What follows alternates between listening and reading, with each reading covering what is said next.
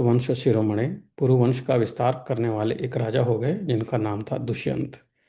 वे महान पराक्रमी तथा चारों समुद्रों से घिरी हुई समूची पृथ्वी के पालक थे। सारी पृथ्वी के पालक थे महाराज दुष्यंत। चतुर्भागं भुवः कृत्स्नं यो भुङ्क्ते मनुजेश्वरः समुद्रावरणांश्चापि देशान् स समितिञ्जयः आम्लेच्छावधिकान् सर्वान् स भुङ्क्ते रिपुमर्दनः रत्नाकरसमुद्रान्तांश्चतुर्वर्ण्यजनावृतान्। राजा दुष्यंत पृथ्वी के चारों भागों का तथा समुद्र से आवृत्त संपूर्ण देशों का भी पूर्ण रूप से पालन करते थे। उन्होंने अनेक युद्धों में विजय पाई थी। रत्नाकर समुद्र तक फैले हुए चारों वर्ण के लोगों से भरे पूरे तथा मलेच्छ देश की सीमा से मिले जुले संपूर्ण भूभागों का वे शत्रुमर्दन नरेश अकेले ही शासन तथा संरक्षण करते थे।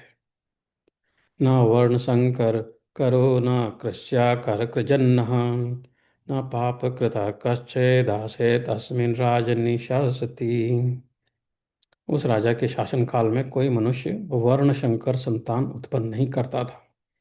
पृथ्वी बिना जोते बोए ही अनाज पैदा करती थी और सारी भूमि ही रत्नों की खान बनी हुई थी। इसलिए कोई भी खेती करने या रत्नों की खान का पता लगाने की चेष्टा नहीं करता था।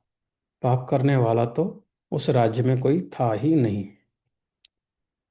नरश्रेष्ठ, सभी लोग धर्म में अनुराग रखते और उसी का सेवन करते थे।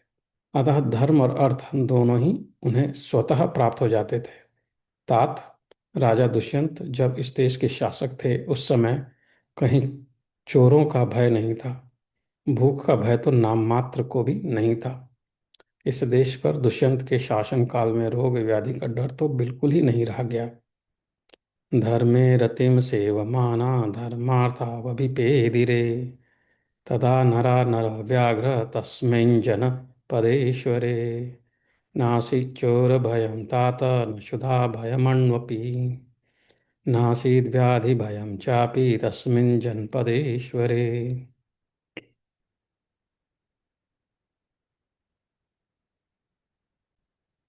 सब वर्णों के लोग अपने अपने धर्म के पालन में रत रहते थे।